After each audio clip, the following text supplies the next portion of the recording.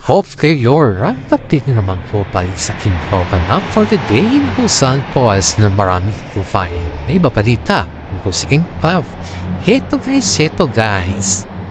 Si Paolo Avellino po ay isa sa mga hinahangaan ng henerasyon sa ngayon dahil kahit gaano katampo si Kim Chiu sa kanya, ay talagang sinusuyo niya po si Kim Chiu.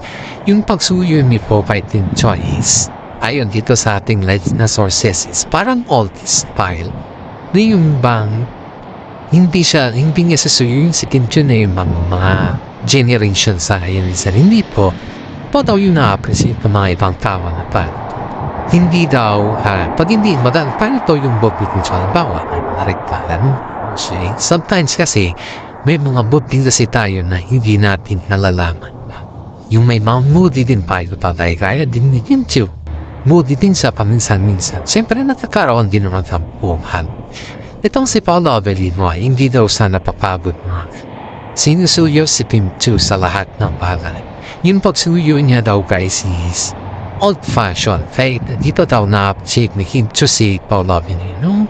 Dahil kahit pa paano guys ay yung pagsuyo niya is napakagaling daw. Talagang ilang segundo or minuto lang daw is napapawintap daw niya si Kim Chiu.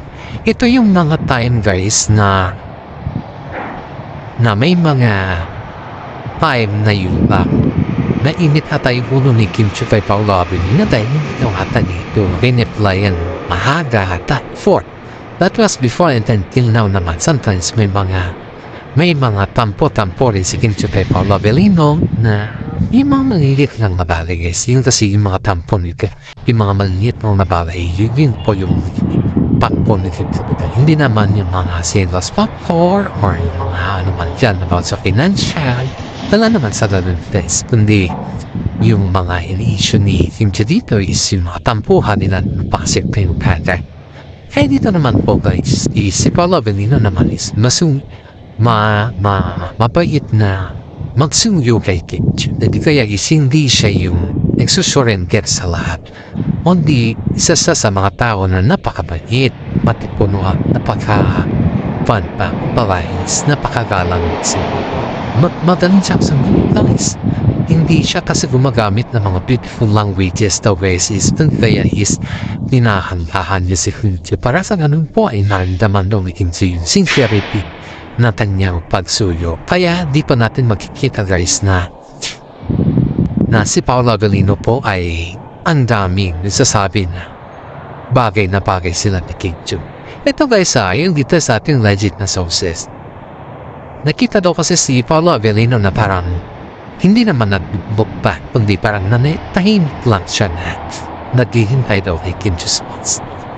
Yun daw pala yung kadahilan na nakit may dalado si Paolo Avellino masuk sa backstage dahil may tampo daw pala ito may tampo daw si Kim Chiu sa kanya.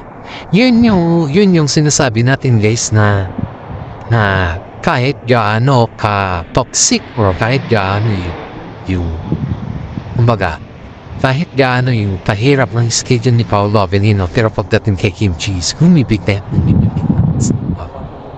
diyan natin makikita guys yung tinatawag na sincerity ni Paolo Avellino. Kaya ito guys, panoorin po natin yung reaction video ni Chika Marites po.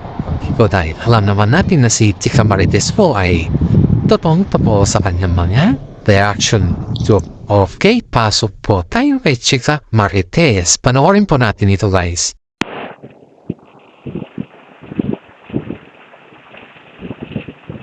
Okay. Chika-chika natin to. Ako nga pala po si Chika Marites. Yan, update natin ito patungkol sa ating mga reaction video patungkol sa Kim Pao, guys. Ito guys, yung chika natin dito. Yung chika-chika natin. Ito guys, ito yung pinaka-gusto kong chika dito. Yung tampuhan nila Kim Chiu at si Paolo Avellino. Ayun dito sa ating mga sources ba na nasaga.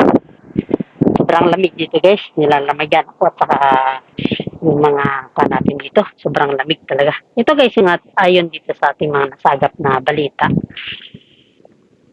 May tampuhan ang Kim Pao. Pero hindi naman ito masyadong malaki ba. Kundi kaya it's been normal. Normal naman yan sa mga may kampalan na may mga tampuhan awayan. Pero, hindi naman normal na hiwalayan. Nakakatawa, no? Hindi naman normal na hiwalayan. Ito guys, sa atin lang po. Si Paolo Avellino po ay binahagi po yung kanyang pagsusuyo kay Kim Chiu na yung old style daw. Hindi niya kasi ginagawa yung mga new generation sa ngayon na pagsusuyo ba na dalhin sa mga beautiful na kan, yung kunin mo sa mga materyales or yung kung ano-ano man dyan na pagdating sa pera ba. Para kasi yung mga iba kasi, pag sumusuyo sila, bumibili sila ng mga bag, yung mga expensive one, yung mga expensive things. Yan kasi yung mga generation sa ngayon guys, is, yun yung ginagawa nilang peace offering sa kanilang partner. Yung bumibili sila ng mga gamit na sobrang mahal para sa ganun ay ipakita nila yung kanilang pagmamahal at sinseridad sa kanilang partner. Ito si Paolo Avellino guys. Hindi naman natin sinasabi na kuripot si Paolo Avellino or masyado siya sa pera. Pero ito yung na-appreciate natin dito dahil si Paolo Avellino po ay sinuyo niya si Kim Chiu sa pamamaraan ng mga old style. Hindi naman sinasabi kasi nila na si Paolo daw is very cheap. Cheap daw siya. Cheap daw siya pagdating kay Kim Chiu. Yung kasi yung mga halos sinasabi ng mga iba na parang ang cheap daw ni Paolo. Parang kumbaga hindi daw siya pwedeng. Yung bang mga bashers na nagsasabi na bakit daw old style yung pagsuyo ni Paolo Avellino kay Kim Chiu new generation naman daw sila. Saka ang mga babae daw is pag binilhan mo ng mga mamahalin yan is na-appreciate daw nila. Yun yung mga kumbabas daw. Yun yung mga sinasabi ng mga bashers daw. Pero para sa akin naman guys is na-appreciate ko yung old style na ginagawa ni Paolo Avellino dahil yung old style po na ginagawa ni Paolo Avellino guys is isa yan sa mga hinahangaan natin sa ngayon. Kasi yung mga old style guys is yan ay nadidelete na sa ngayon. Hindi na yung ginagawa ng mga ibang artista. Ayun nga yung mga bashers dito guys na nagsasabi na yung mga bashers dito na nagsasabi na bakit kailangan na gawin ni Paolo Avellino suyuin na napakasimpleng suyo at yun ay bumibigay na daw si Kim Chiu. Of course, hindi naman kasi nakukuha sa lahat ng bagay yung mga materialis ba? Yung mamahaling, bibilhin mo na mamahalin or kaya is yung ipakita mo na ikaw ay mayaman at bumili ka ng kung ano-ano ba. Hindi naman sa ganun na yung hindi naman sa lahat ng bagay is makukuha mo or mabibihag mo yung puso ng tao dyan. Tayo guys tayo, pag may mga partner din tayo na may konting tampuhan. Hindi naman lahat ng mga materialis na mamahalin na bagay is nakakasuyo ng kapwa. Kundi yan po ay nagbibigay ng demand sa iyo. Mas na-appreciate ko yung ginawa ni Paolo Avellino na sinusuyo niya si Kim Chiu sa pamamarang alam niya. Sa pamamaraan na kung saan komportable si Kim Chiu. At hindi lang yan, may respeto pa po siya kay Kim Chiu. Kaya nga po, yung sinasabi dito na sobra daw yung pagsuyo ni Paolo Avellino. Of course, yes. Kung ako lang yun, na-appreciate ko yung gano'n na terms. Kasi pag ikaw ay sinusuyo, ibig sabihin, mahal ka ng tao. Kapag ikaw ay sinuyo sa mga bagay-bagay na yung bilhan ka ng expensive, ang tawag sa iyo dyan, materialistic. Real talk lang tayo dito, guys. Real talk lang. Pag ikaw naman ay sinuyo na yung bang kung saan-saan ka pumupunta, sabihin sa inyan, masyado kang parang ang kapalit ng suyo mo is pera. Ganun, di ba? Mas maganda nga yung ginawa ni Paolo Avellino na sinuyo niya at bumili lang ng bulaklak, chocolate. It's a very simple, guys. That's why I do appreciate it most. Kasi even though that is a simple thing, alam natin kung ano yung worth nun. Kaya nga po, sa mga simpleng bagay po, ay nakukuha tayo eh. Hindi yung sa mga mamahalin. Kasi ang tawag sa inyan, materialistic at abusado. Ang pagmamahal naman po guys, hindi yan nakikita sa yung mga pag-abuso mo or yung tawag na yung kumbaga is yung pipiliin mo ba? Kailangan mo maggasto. Hindi naman yan. Ang pagmamahal kasi na alam ko, sa aking sariling opinion ay yung bang komportable ka, may respeto, tiwala, at higit sa lahat po guys is very gentleman at may takot sa Panginoon.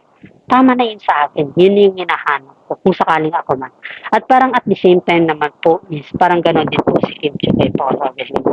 Kasi may gano'n na karakter si Paolo Avellino. Lalong-lalo na siya at may takot sa Diyos. Kaya nga po is kahit sobrang daming namabas kay Paolo Avellino na sinasabi na napaka-chip daw niya. Napaka-chip daw niya kasi hindi daw lang niya mabilhan si Kim Chiu ng mga mamahaling things lang.